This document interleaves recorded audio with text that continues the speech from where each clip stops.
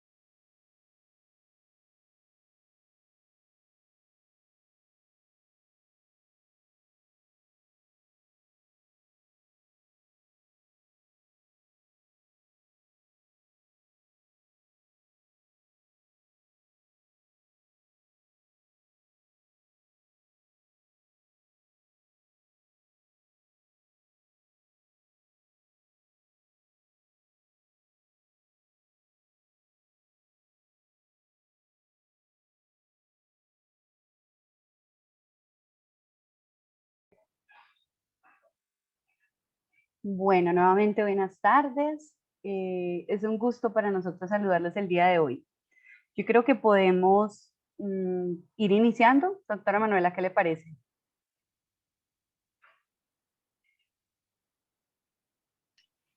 Listo, sí. Buenos días, no, Entonces, buenas tardes, esperamos que se encuentren muy bien. Nos escuchan bien en este momento. sí, te escuchamos, pero creo que se está acercando la cámara que tienes y te toma muy cerca. Mientras la doctora Manuela resuelve como la situación con la cámara, les voy contando algo, ¿listo? Entonces, primero que todo, quiero darles un saludo muy, muy especial el día de hoy. Este 18 de marzo del 2021 llegamos con muchas sorpresas para todos ustedes y vamos a hablar un poquito de eso para dar inicio a nuestra charla de hoy. Como algunos de ustedes ya saben, mi nombre es Ángela Andrade, soy trabajadora social del Grupo de Neurociencias y en este momento, desde nuestro querido Grupo de Neurociencias, estamos adelantando una nueva estrategia que hemos denominado Estrategia de Apropiación Social del Conocimiento, en donde hemos programado actividades, charlas, conversatorios y talleres para todo el año 2021. Esta iniciativa no sería posible sin la ayuda de todo el staff y todo el equipo de neurociencias y también con el apoyo de nuestros aliados estratégicos, ¿cierto? Entonces, primero quiero darles un saludo a todos los que nos están hablando por ahí en el chat, desde Cali, a Jorge Rodríguez, a doña Inés, a todo el mundo que siempre está como súper conectado con nosotros y que para nosotros es un gusto contar con ustedes. La iniciativa de este Cuidarme Cuidarte 2021 va a ser anual, es decir, todos los meses tenemos actividades. El eje temático de este año 2021 es mejor prevenir que curar. Eso es algo que siempre nos ha guiado nuestro líder, que es el doctor Francisco Lopera, quien nos dice que, como se llamaba su conferencia del año pasado, mejor prevenir que curar. Entonces, nuestro 2021 va a ser el año de la prevención. Ese es nuestro eje temático grande, por decirlo así.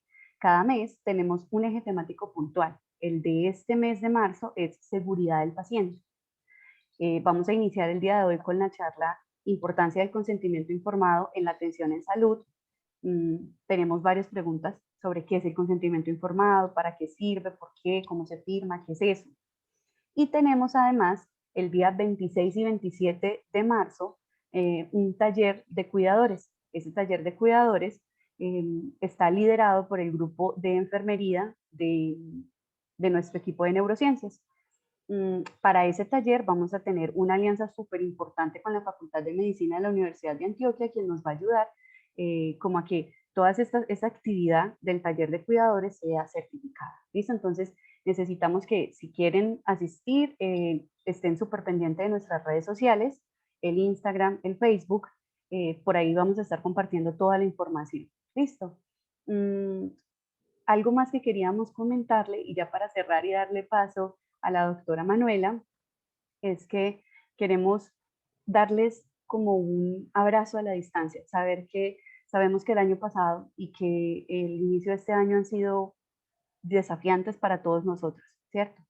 Y que hemos tenido momentos difíciles, pero que agradecemos profundamente que ustedes estén conectados con nosotros, que nos manden mensajitos, que siempre estén pendientes, y sabemos que para nosotros es un gusto poder acompañarlos en los momentos en donde podemos aportar a sus vidas.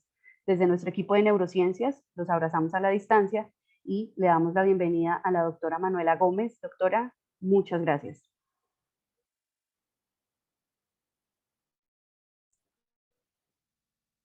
Ángela, muchas gracias. ¿Me escuchan bien? Sí, doctor David Guillón, muchas gracias. Bueno, perfecto. Como lo mencionó Ángela, esta es la primera charla de todo un ciclo de conferencias que vamos a dar a lo largo del año. Este año nos embarcamos en la propuesta de ofrecerle a toda la población colombiana y a toda la población de otros países que nos siguen o siguen nuestro trabajo, un ciclo de conferencias basadas en prevención. Para nosotros este año es muy importante y en vez de celebrar un día del Alzheimer, queremos como reforzar todo lo que podemos hacer nosotros para prevenir la enfermedad de Alzheimer, y para ello preparamos todo un ciclo de conferencias anuales a lo largo de todo el año. Entonces, este mes, que es el mes de marzo, corresponde al mes de la seguridad del paciente. Y nuestra primera charla es la importancia del consentimiento informado en la atención en salud. Como ya algunos me conocen, mi nombre es David Aguillón, yo soy médico del grupo de neurociencias y me va a acompañar en esta charla la doctora Manuela Gómez, que también es médica del grupo. Antes de comenzar, quisiera que por los medios que estábamos transmitiendo, tanto por Zoom como por Facebook, cada uno de ustedes o los que se sientan motivados nos cuenten qué entienden por esa palabra de consentimiento informado, si alguna vez se han visto expuestos a un consentimiento, qué dificultades puede que hayan tenido con ello, para poder como intentar desarrollarlo a lo largo de la conferencia. Vamos a esperar un minutico a ver si se animan a escribirnos alguna pregunta o a comentar algo.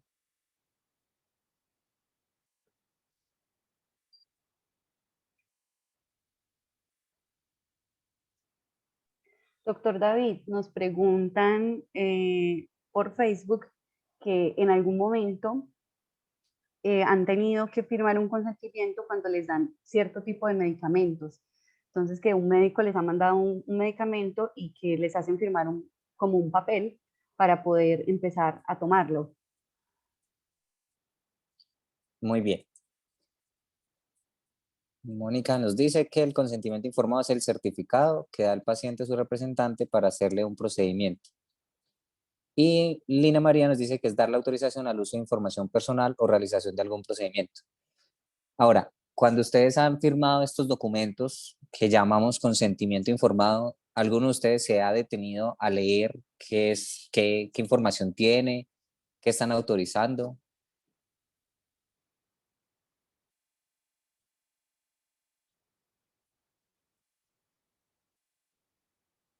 Voy a mirar qué han dicho.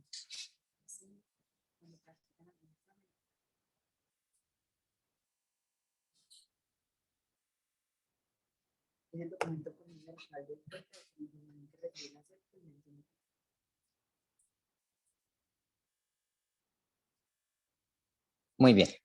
Entonces, vamos a empezar a pasar algunas diapositivas y vamos a empezar a hablar acerca un poco del consentimiento. El consentimiento informado ha evolucionado a lo largo de la historia y quizás uno de los momentos críticos para la investigación fue la época de la Segunda Guerra Mundial y toda la época nazi, en la cual se realizaron varios experimentos en una población de una manera no autorizada y fue como uno de los momentos en el cual el mundo tuvo que detenerse y pensar en cómo estamos realmente haciendo la investigación en el mundo y cómo le estamos ofreciendo a la población si ellos aceptan o no aceptan participar y qué es lo que realmente estamos ofreciendo, si esas investigaciones o esos procedimientos o esos medicamentos realmente les son útiles o no, realmente tienen un beneficio para el paciente o tienen un beneficio para el médico o para el investigador. Entonces, a lo largo de la historia, iniciando con el Código de Nuremberg en 1947, se empezó a discutir acerca de los derechos que tenían las personas para participar en investigación y que no había una obligación de participar en ellas. Posteriormente, en el 48 se hizo la Declaración Universal de los Derechos Humanos y ya para esta época, digamos que se estandarizaron varias normas y varios criterios que debía tener toda la investigación en salud para, en general, para el mundo, para la población y para la investigación en humanos. Hablo específicamente de investigación en humanos. Ya más adelante, digamos que se ha explorado o se ha extrapolado gran parte de esta información para lo que es investigación en animales, pero sin embargo, todo este abordaje inició con investigación en humanos. Y posteriormente, en 1964, está la Declaración de Helsinki, que se centró mucho en el respeto al sujeto de investigación y declaró algunos principios fundamentales para la investigación, en especial la voluntariedad en la participación en cada uno de los procesos de investigación. Y que las personas primaban sobre la ciencia o sobre la sociedad. Entonces, cada uno de estos códigos, de estas declaraciones, de estas pautas éticas en investigación, lo que han intentado es resaltar y fomentar el respeto y la voluntariedad de la participación en las diferentes investigaciones. Muy bien. A pesar de esto, hasta este punto, la declaración de Helsinki, siguieron ocurriendo algunas situaciones en el mundo asociado a procesos de investigación que se hacían de manera incorrecta. Por ejemplo, continuar evaluando una población sin ofrecerles un tratamiento que ya ha sido habilitado. Eso digamos que no está bien éticamente. Si existe un tratamiento para una enfermedad, se debe ofrecer al paciente y darle la libertad para que él decida si quiere tomar este medicamento o quiere probar algún medicamento de investigación, pero sin ocultarle esta información. Entonces, uno de los principios importantes a nivel ético es no hacer daño. Y un gran principio ético es la autonomía. Y ese principio de autonomía es que usted, como paciente o como familiar, tiene todo el derecho de conocer claramente cómo es la investigación, cuáles son los procedimientos, cada procedimiento, qué riesgo tiene en usted y en la sociedad y en el ambiente, y usted libremente aceptar o no participar en esa investigación. Para eso se crearon unos comités de ética. Esos comités de ética, pasa la mano. Gracias. Esos comités de ética lo conforman un grupo de profesionales y también debe tener un representante de la sociedad. Ese representante de la sociedad que es alguien como ustedes o como nosotros, va a velar por el buen entendimiento de ese protocolo de investigación y va a velar por la seguridad y el correcto abordaje de esos proyectos o protocolos a los cuales los van a invitar a ustedes en un futuro. Asimismo, de tener un estadista, de tener un médico, de tener a alguien pues, de experticia en el área del cual están haciendo la investigación, etcétera. Pero quería resaltar la presencia de una persona de la comunidad general, porque cualquiera de ustedes podría ser llamado a participar en un comité de ética, por ejemplo, si así ustedes lo quisieran. Entonces, eso es muy relevante. El comité de ética es un grupo de personas que va a hacer una revisión de todos los estudios propuestos. Uno no puede mandar un consentimiento sin pasar un protocolo. Es decir, yo no puedo tener simplemente un consentimiento y decirle usted firme acá sin tener un proyecto de investigación al cual lo estoy vinculando. Y la finalidad principal de estos comités de éticas es protegerlos a ustedes como participantes en la investigación en humanos y más allá de los intereses del investigador, de la ciencia, de los resultados, siempre va a prevalecer el respeto y la seguridad de cada uno de ustedes. El comité de ética no tiene por qué autorizar un procedimiento que considere que usted tiene un riesgo mayor al no exponerse a este tipo de investigaciones.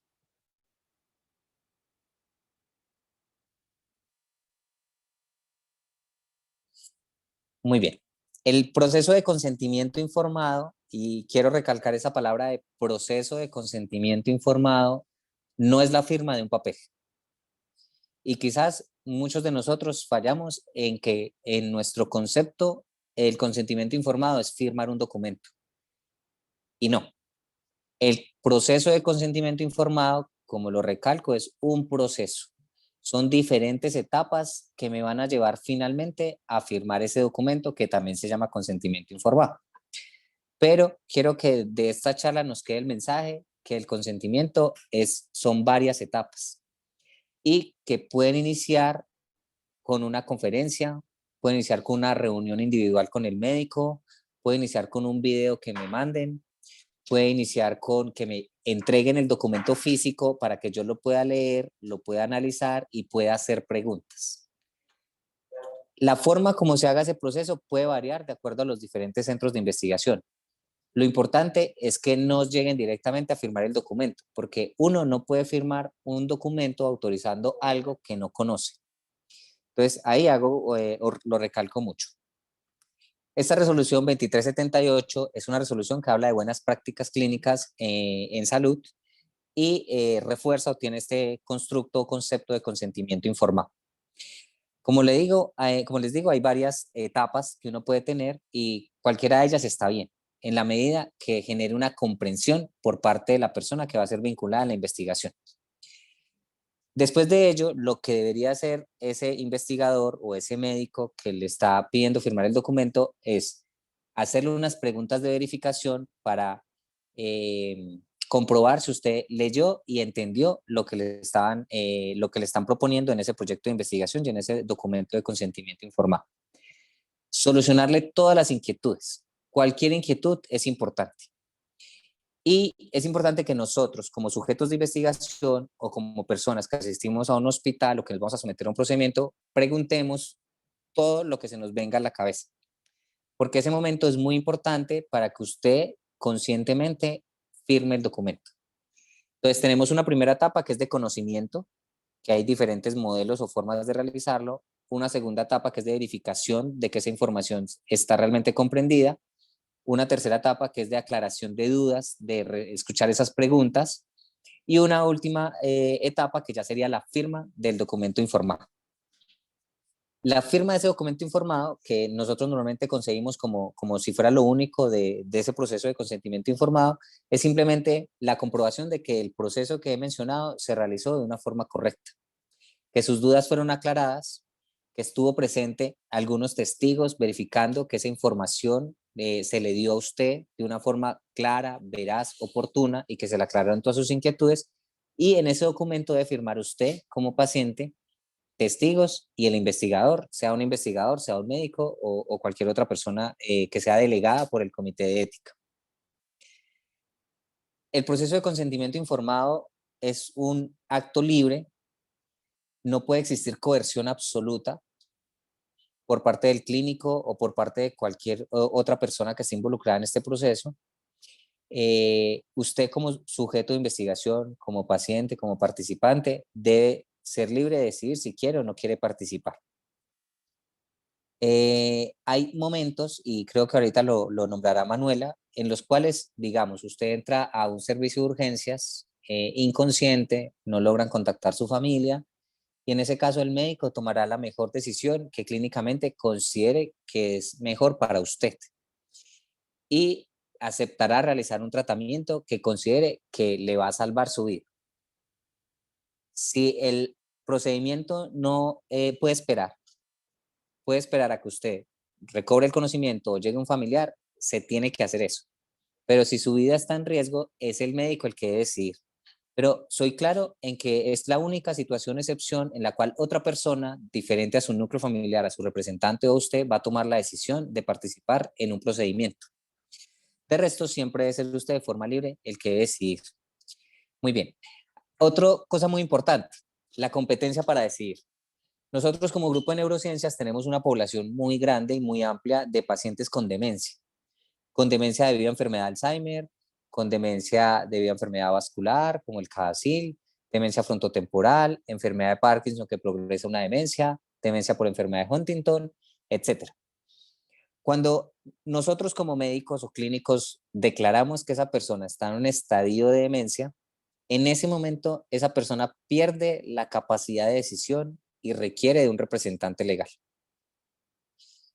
Es decir, que para cualquier procedimiento, ya sea en un hospital, sea algún medicamento o sea un proyecto de investigación, va a requerir de un representante que avale esa decisión. Pero pilas ahí, hay algo muy importante. Ese paciente que está en demencia y cuando está en un estadio de demencia leve o moderado, el paciente debe asentir. Y ahí viene otra palabra muy importante, asentimiento. El asentimiento es que el paciente, en la medida que tenga una capacidad de comprensión, se le explique los procedimientos a los cuales va a ser sometido y él acepte participar. Y esa decisión debe ser corroborada y firmada por un representante legal que debe avalar como representante la participación en ese procedimiento o en ese protocolo de investigación. Y el otro requisito, perdón, Manuela, es que la información debe ser suficiente. Cuando hablo de información suficiente, es que ya sea por medio de un video, una charla, unas diapositivas, un documento físico, una reunión verbal, a usted se le dé toda la información, absolutamente toda la información. Si usted queda con dudas, se debe ampliar la información. En la mayoría de protocolos de investigación nunca lo van a obligar a firmar en ese momento. Normalmente usted le tiene que dar tiempo de discutirlo con su familia, con su pareja, con sus hijos, que usted lo piense, aclarar todas las dudas y posterior a eso firmar el documento. Entonces es muy importante que tengan en cuenta estos requisitos del consentimiento informado porque normalmente nos vamos a ver expuestos a hechos. Normalmente cuando nosotros vamos a una clínica o a un hospital firmamos consentimientos informados, firmamos consentimiento para aceptar que un estudiante me revise, consentimientos para autorizar un procedimiento quirúrgico, consentimientos para la hospitalización, porque en una hospitalización usted tiene riesgo de caídas, de hematomas, infecciones, y usted tiene que autorizar o avalar que el hecho de estar en un hospital le genera un riesgo, pero usted le tiene que explicar y usted debe firmar y autorizar eso. Entonces es muy importante que tengamos en consideración todos estos ítems. Dale, man. Esto ya lo he repetido, pero sin embargo seré reiterativo en que necesitamos la información para el sujeto de investigación. Hay muchos modelos y mecanismos. Hay algunas películas que han hecho relación al consentimiento informado, e inclusive en poblaciones vulnerables, personas con cáncer, personas con demencia, en las cuales no se les ofrece otras opciones o no se les deja a ellos decidir. A veces uno como médico cree que tiene la mejor opción, pero el paciente puede decidir que esa no es la mejor opción o que él no quiere ese tratamiento y optar por un tratamiento que no sea curativo, sino que simplemente garantice un buen morir. Pero esa es una decisión del paciente. Y para que el paciente tome esa decisión, uno como clínico debe proporcionar toda la información. Muy bien. Y finalmente, pues el formulario de consentimiento informado para la firma. Esta firma y quizás una de las dificultades grandes que tiene este proceso de consentimiento informado es que en la normatividad colombiana exige que hayan testigos. Y como muchos de ustedes habrán notado, en la mayoría de sitios nunca hay testigos. Está usted y el médico, o está usted y el investigador. Pero realmente es una norma que hayan testigos y que esos testigos sean imparciales. El testigo no puede ser alguien que esté subordinado al investigador o a la persona que está haciendo el consentimiento. Y el testigo idealmente no deberían ser familiares suyos, sino personas imparciales que estén en esa discusión, en todo el proceso de información y que finalmente también firmen, verificando que el proceso se hizo de una forma transparente. Entonces ese consentimiento debe tener su firma. Si usted está en demencia, entonces debe tener la firma del representante legal, la firma del médico o del investigador y la firma de los testigos. Y cualquier tachón, enmendadura, se debe corregir o se debe hacer una nota aclaratoria en el documento, porque eso no, pues no puede dar a malos entendidos en algún futuro cuando se verifique la información de este consentimiento informado. Bueno, me confirman por si me estaban escuchando bien ahí. ¿Sí se escucha bien? Listo. Sí. Entonces ahora vamos a hablar un poco de lo que es el consentimiento informado en Colombia, basados en lo que ya nos acaba de explicar el doctor David.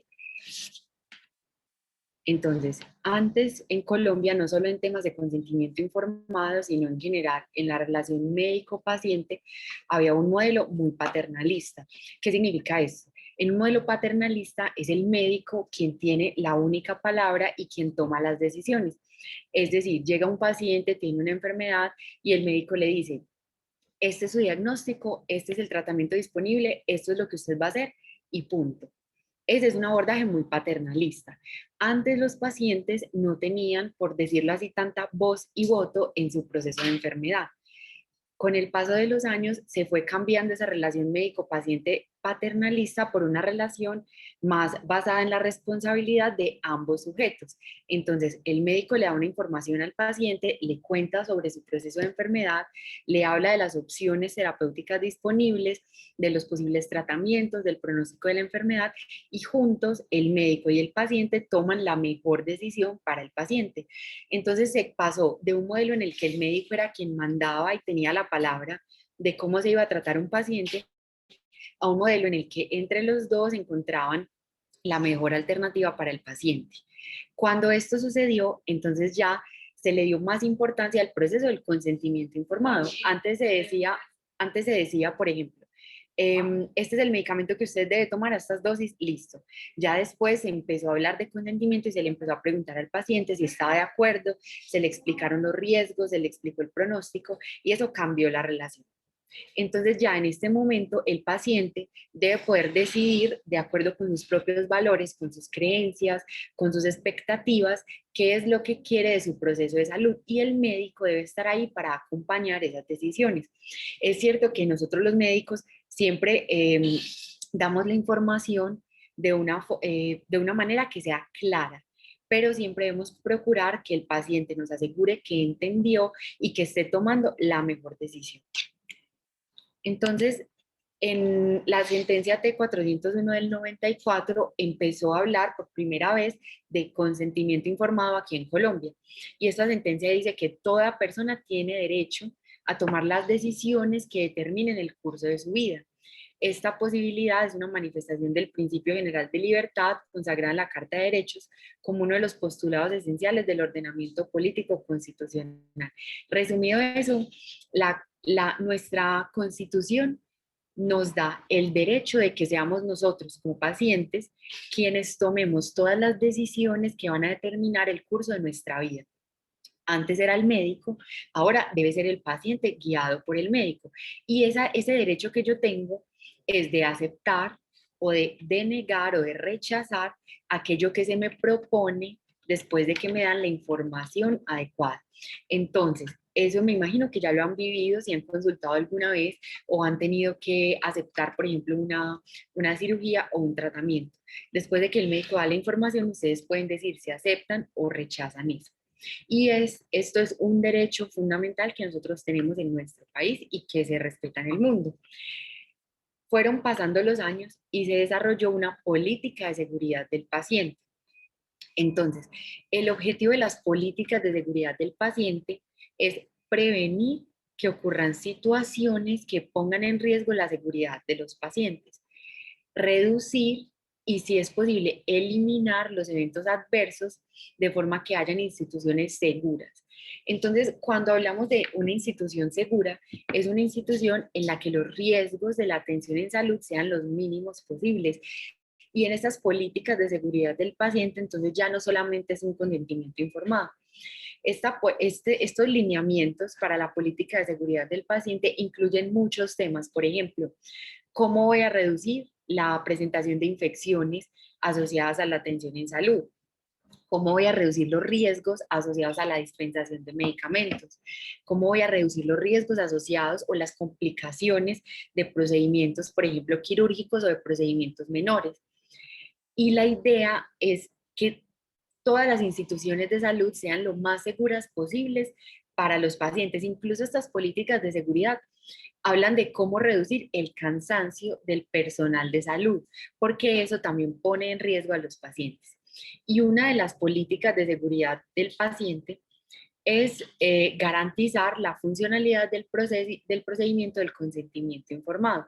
Entonces hay una guía técnica nacional que todas las personas que tienen que ver con salud deberían conocer, en la cual se explica paso por paso qué es un consentimiento informado, cómo se debe realizar, a quiénes se le debe realizar, cómo vamos a verificar que se esté realizando de la manera correcta y que se vuelva una cultura del consentimiento informado. Entonces miren que el consentimiento es tan importante que hay una guía técnica nacional desde el 2010 que, por decir así, obliga a todas las instituciones en salud y a todas las personas que trabajan en salud a conocerla y a aplicarla. Entonces, para resumir todo lo que les hemos hablado de consentimiento informado, queda esta diapositiva. Entonces, lo más importante es que sea un procedimiento que sea voluntario, ¿cierto? La voluntariedad en el consentimiento informado es lo más importante. Debe ser libre, debe ser el paciente quien, después de recibir la información, decida libremente, como dijo el doctor David, sin coerción, sin que nadie lo esté obligando, sin que se sienta presionado, digamos, económicamente o emocionalmente. Debe ser el paciente quien decida si va a aceptar o va a rechazar la intervención que se le está proponiendo. Y el consentimiento no es solamente para investigación. El consentimiento se debe dar para todo. Por ejemplo, para acciones preventivas. Si voy a ingresar a un paciente, por ejemplo, digamos que yo estoy en mi EPS y voy a ingresar al paciente a un programa de prevención cardiovascular, el paciente debe dar el consentimiento y decir, estoy de acuerdo en ingresar a este programa, o debe decir, no, no me interesa ingresar al programa. Entonces, aplica para la prevención. Aplica para el diagnóstico. Cuando a un paciente se le va a realizar, por ejemplo, una tomografía o una resonancia o una endoscopia, cualquier procedimiento diagnóstico, se le explica en qué consiste el procedimiento, cuáles son los riesgos de ese procedimiento diagnóstico, cuál es el beneficio del procedimiento diagnóstico, y el paciente debe decir si acepta o no que se le realice ese procedimiento diagnóstico. Aplica también para la terapia. Y la terapia no es solamente los medicamentos, también hay terapias no farmacológicas. Entonces, lo normal es que uno vaya a consulta, le manden un medicamento y uno no firme un documento en el que diga, sí, yo acepto tomar este acetaminofén, pero en la consulta médica los médicos siempre explicamos, o deberíamos hacerlo, le vamos a mandar este acetaminofén para el manejo de su dolor, los efectos adversos pueden ser estos, el beneficio es este, ¿usted está de acuerdo? Sí. Y en las notas, los médicos escribimos, en todo eso que escribimos en la historia clínica, el paciente entiende y acepta. Y eso es válido como el consentimiento informado de que se le explicó al paciente el medicamento, los riesgos, los beneficios, y el paciente aceptó tomar el medicamento. El consentimiento también aplica para la rehabilitación. Cuando se va a ingresar a un paciente a un programa de rehabilitación, también se le debe explicar Y lo que yo quiero que vean es que no siempre hay un papel, aunque debería ser lo correcto, pero este acuerdo verbal también es válido y muchas veces queda consignado es en la historia clínica, aunque el paciente no lo haya firmado, pero el profesional en salud escribe en su historia que lo hizo, que explicó y que el paciente estuvo de acuerdo. Y finalmente, de este ya habló el doctor David, el consentimiento nos sirve para investigación. Entonces, no sé si ustedes ya sabían, pero muchas veces nosotros relacionamos consentimiento con tema de investigación, pero en realidad para todos los procedimientos en salud debe haber un consentimiento informado de parte del paciente o de la persona idónea. Ya luego vemos que otra característica importante para un proceso de consentimiento es que haya información en cantidad suficiente y en claridad suficiente. En cantidad suficiente es que los médicos, en este caso, somos quienes conocemos la enfermedad, ¿cierto? Sabemos el pronóstico de la enfermedad, los riesgos que pueden tener algunos tratamientos y es nuestra obligación como médicos informarle todo eso a los pacientes. Si yo sé que un procedimiento lleva algún riesgo, por ejemplo, este procedimiento conlleva un riesgo de sangrado, yo como médica no puedo omitir esa información, porque después si en el procedimiento el paciente sangra, me van a decir, ¿por qué no me advirtió que tenía un riesgo de sangrado? Si yo lo hubiera sabido, yo no hubiera aceptado este procedimiento. Entonces, el médico tiene el conocimiento y es su obligación dar todo ese conocimiento y toda esa información a los pacientes para que tomen la mejor decisión. Y la calidad debe ser suficiente.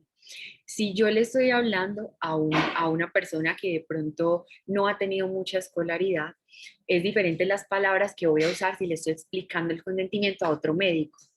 Entonces la claridad es muy importante. Y por eso, como lo dijo el doctor David, se deben hacer unas preguntas de verificación. Al final yo le pregunto al paciente, ¿usted entendió lo que le acabo de decir? ¿Tiene alguna pregunta? ¿Es clara toda la información? Y si el paciente afirma que todo es claro, pues entonces podemos proceder a firmar el consentimiento o a dar por sentado que se entendió la información y que el paciente está de acuerdo con lo que se le dice. Y la competencia, también lo mencionó el doctor David, pero es muy importante. La competencia es la capacidad de comprender una situación.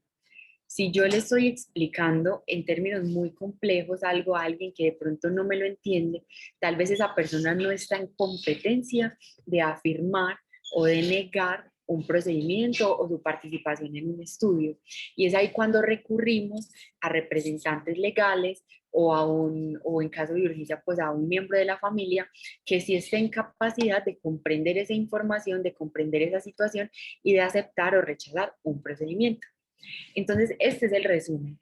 Queremos dejar muy claro la importancia del consentimiento informado porque es un derecho que todos tenemos como pacientes y es un deber de todos nosotros como profesionales en la salud comunicar siempre con información clara y suficiente a los pacientes antes de que acepten cualquier procedimiento. En los comentarios que veíamos ahorita, algunos de ustedes decían, la verdad es que no lo leo del todo, y otros decían, la verdad es que no hay tiempo de leerlo. Pero la verdad es que deberían leerlo del todo y deberíamos sacar el tiempo. Así los profesionales en salud tengan mucho afán, porque a veces nuestra vida está muy afanada, nosotros deberíamos darles el tiempo suficiente para que puedan leer toda esa información que está en el papel o para que puedan hacer todas las preguntas antes de firmar. Sabiendo esto, ya ustedes, si se enfrentan a una situación en la que van a firmar un consentimiento, van a tener bases para decir, la explicación que me dio el médico es suficiente, yo voy a firmar, o tengo algunas dudas, por favor me las soluciona, porque ya saben que están en todo su derecho de reclamar esa información. Entonces ahora el doctor David nos va a explicar unos casos especiales y qué se haría en esos casos con respecto al consentimiento. Bueno, en este caso está apenas para una pregunta de Alexandra Chavarriaga, que nos hizo en Facebook, si el paciente tiene Alzheimer, ¿qué procedimiento debemos seguir? Pues como lo mencioné ahorita, hay unos casos especiales y hay unas pautas que se llaman las pautas SIOMS, que intentó especificar qué debemos hacer con poblaciones vulnerables. Poblaciones vulnerables, llámese niños, llámese personas con demencia o capacidad disminuida para tomar decisiones. Por ejemplo, un niño que tenga una discapacidad cognitiva desde la infancia y que ya esté en una adulta, pero sigue con esa discapacidad cognitiva, entonces no va a ser capaz de tomar una decisión en algunos casos.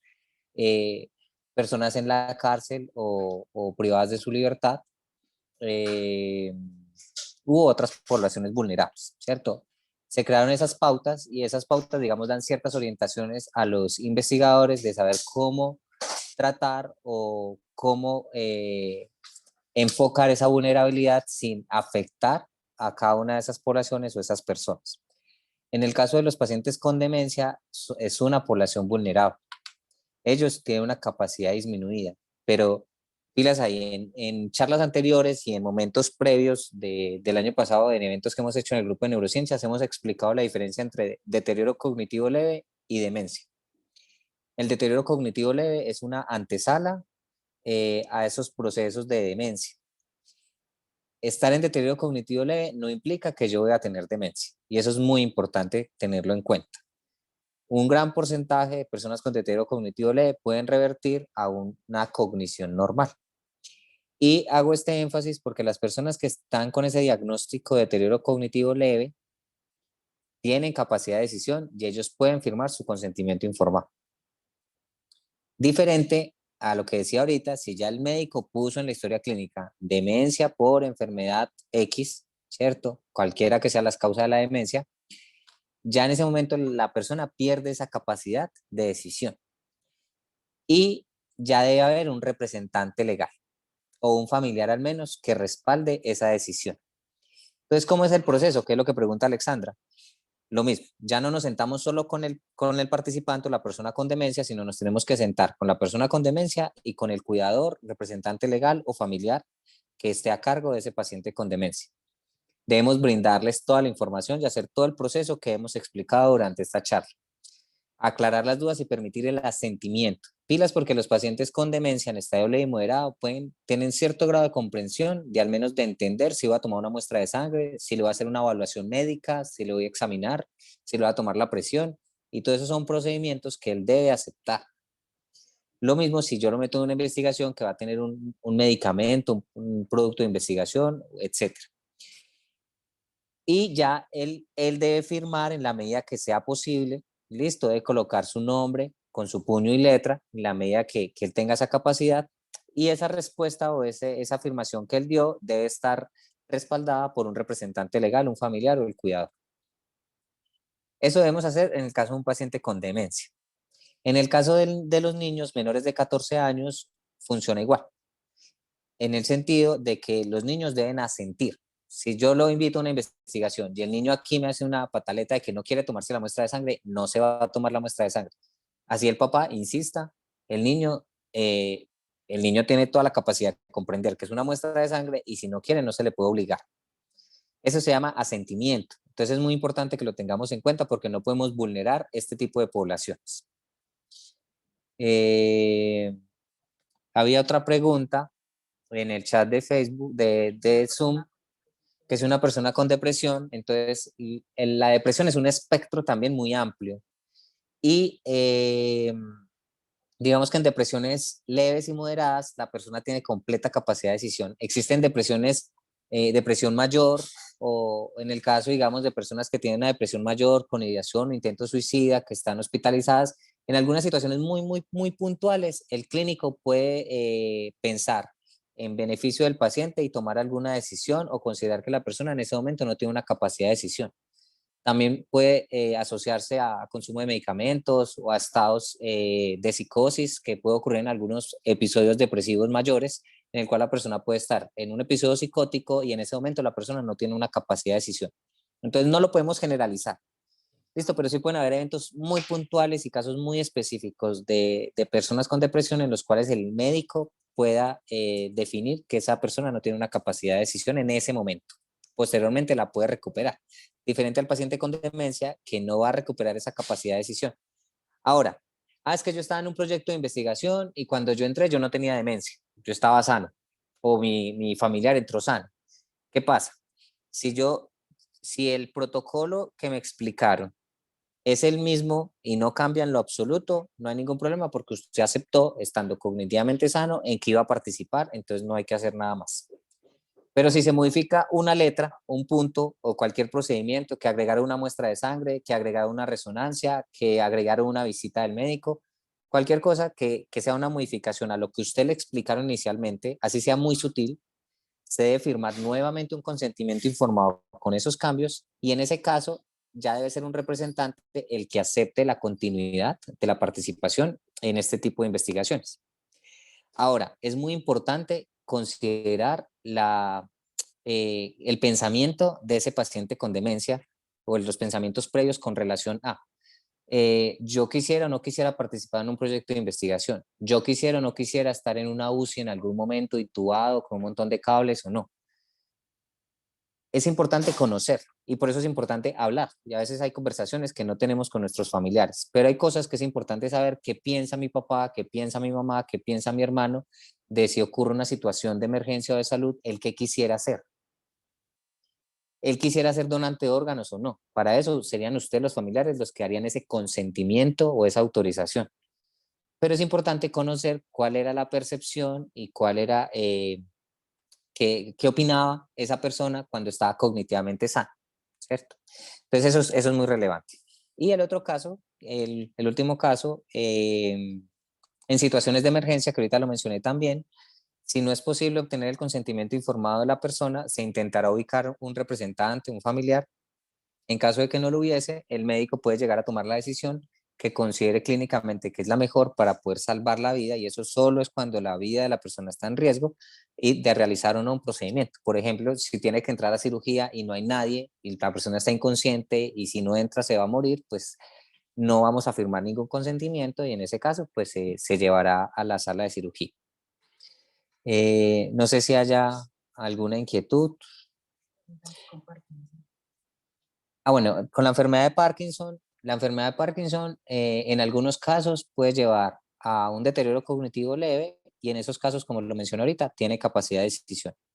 Y en etapas muy tardías del Parkinson, casi después de 10 años o más de haber iniciado la enfermedad, pueden entrar en un proceso de demencia. Si el médico diagnosticó demencia, aplica lo mismo, ¿cierto? O sea, independientemente de cuál sea la causa de la demencia, sea Alzheimer, Parkinson, Huntington, demencia vascular o cualquier otra, si ya tiene ese diagnóstico de demencia, no tiene capacidad de decisión. Y no hablo solo de cosas en investigación, sino también lo que explicaba la doctora Manuela, es que hay que hacerle una endoscopia porque tuvo un sangrado. Eso es un procedimiento que requiere una autorización. Listo. No sé si hay alguna otra duda.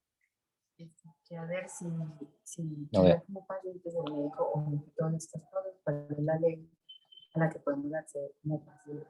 No, la doctora Manuela les mencionó varias durante la charla. Hay varias resoluciones de buenas prácticas clínicas, de investigación o inclusive pues, de atención en salud o asistencial. No pensemos como qué vamos a hacer contra el médico, sino pensemos qué podemos exigir nosotros o cuáles son nuestros derechos como pacientes. En ese sentido, pues si yo estoy firmando un consentimiento, pues nunca debe haber afán, excepto pues que la vida del paciente esté en riesgo, pero de resto pues no hay afán para hacer una endoscopia o no hay afán para un procedimiento ambulatorio, ¿cierto? Hay muchas cosas que usted puede aclarar todas las dudas. No espere a que pase la complicación para preguntar por qué no le explicaron algo. Entonces, por eso hablamos de que el consentimiento informado debe tener una información suficiente y una excelente claridad sobre el tema y que a usted, lo más importante es que a usted, porque el médico o el investigador va a tener claridad absoluta de lo que le está explicando, pero si usted no entiende un término, es importante que lo pregunte. Si usted no entiende qué medicamento es, qué hace el medicamento, si usted no entiende, es que lo estoy invitando a una terapia física, pero la terapia física tiene el riesgo de caída y la caída de una fractura y de una discapacidad a largo plazo. Son cosas que usted tiene que conocer y que usted debe aceptar. Entonces, no piensen qué hacer después de que no me hayan dicho la información, sino pensemos en medio del proceso, yo qué debo exigir como paciente o participante de un proyecto de investigación. Por ejemplo, si es para una cirugía y se está en la cita con anestesia y no hay tiempo suficiente, igual hay un documento siempre que explica, por ejemplo, la cirugía. Entonces, una opción sería decirle al médico en ese momento que si le regala más tiempo, otros 10, 15 minutos, se puede pronto salir del consultorio, el médico puede pasar al siguiente paciente, evaluarlo y mientras ese tiempo uno puede leer con mayor claridad el documento antes de firmarlo.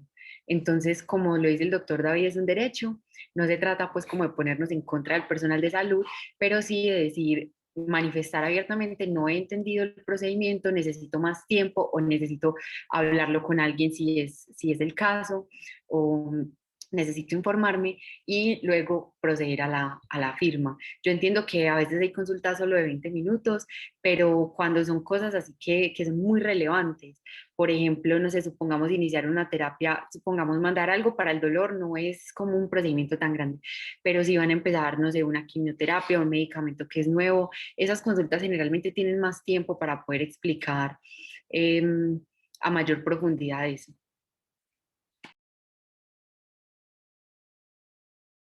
Yo veo en el chat de preguntas y respuestas que están haciendo varias cositas y el paciente presenta agitación sobre el tratamiento del sueño, sobre si el paciente que tiene marcapasos, si presenta mucha agitación, agotamiento, cansancio. Entonces los invito al taller de cuidadores que vamos a dar el 26 y 27 de este mes. Son 2 jornadas muy interesantes donde vamos a abordar todos estos temas que ustedes están preguntando. No sé si hay alguna pregunta, Manuela o Ángela, que no hayamos resuelto acerca de este proceso de consentimiento informado. Hay una pregunta que nos han hecho como por varias partes y es acerca de el consentimiento informado que les hicieron, les leyeron cuando vacunaron a las personas mayores de 80 años contra el COVID. Entonces nos han preguntado eso por varias partes y como que sería bueno que podemos hablar, que podemos decir sobre ese tipo de consentimiento. En el caso de la vacunación, pues digamos que usted debe aceptar y le deben explicar cuáles son los riesgos a los cuales usted está expuesto por la vacunación, ¿cierto? Han hecho mucha publicidad, digamos que en parte toda esa publicidad que hemos visto desde entidades legales, ¿cierto? Desde el Ministerio de Salud, desde las mismas EPS, hacen parte de lo que llamamos un proceso de consentimiento informado. El hecho de que ellos notifiquen, saquen panfletos, saquen conferencias, den información acerca de cuáles son las posibles causas, las posibles reacciones adversas, perdón, de la vacunación, hace parte de ese proceso. Sin embargo, en el momento en que van a realizar la vacunación, a usted le deben repetir cuáles son todos los posibles eventos adversos y usted autorizar. Entonces, eso es lo que me refiero yo como proceso. Había algo muy interesante que quiero como mencionarlo, pero la pregunta no es dirigida ya, pero sin embargo, es importante que lo tengan en cuenta. Del acto médico que nosotros realizamos en una consulta, sería a veces algunas conductas como formular o no un medicamento. En la formulación de ese medicamento, usted en ese momento, digamos, no va a autorizar o no que le, pues tomar X o Y medicamento, pero el médico sí está en la obligación de informarle a usted cómo se llama el medicamento, cómo lo debe tomar, cuáles son los posibles efectos adversos, cuánto tiempo va a tardar en sentir mejoría, qué puede presentar en el proceso. Y usted, eso es algo completamente voluntario, aceptar o no tomar. Pero en este caso, pues usted no va a firmar nada, ningún documento, sino hace parte o se deriva del acto médico. Eso es muy relevante, ¿cierto? Es diferente a que usted vaya a una farmacia y se automedique. Pues ahí digamos que no existe ese proceso de acto médico, digamos que usted estaría en riesgo de todos los efectos adversos que puede llegar a producir un medicamento. Entonces, eso es muy relevante que lo tengamos en cuenta. Dime, Ángel. No, sino que hubo otra pregunta que nos le hicieron también por Facebook y que la veo acá, que es cómo hacer para el momento de consentir una persona que digamos tiene limitaciones de audición o de visión, o qué se puede hacer con ese tipo de situaciones. Bueno, en eso nos referíamos también a situaciones especiales o vulnerabilidad que puede tener el paciente y hay diferentes estrategias, ¿cierto? A algunos les gusta leer el consentimiento completo, a otros les gusta mandar videos, al otro les gusta hacer una conversación, hacer una presentación en PowerPoint, hacer dibujos y explicarle dibujándole en un papelito. Hay muchas estrategias. Entonces, dependiendo de esas limitaciones físicas que puedan llegar a tener las personas, usted puede ser muy creativo. Lo más importante es que la información que se dé sea completa y que el paciente entienda y que usted tenga la forma de verificar que él comprendió, independientemente de cuál sea la situación o particularidad de ese paciente. Entonces, ahí digamos que es más como creatividad del investigador o del clínico para poder brindar toda la información. Si definitivamente es imposible porque no le escucha absolutamente nada y no sabe leer, no sabe escribir y demás, pues ahí es cuando hablamos de la capacidad que esa persona tiene de decidir y pediríamos también un apoyo de un familiar o alguien que respalde esa información.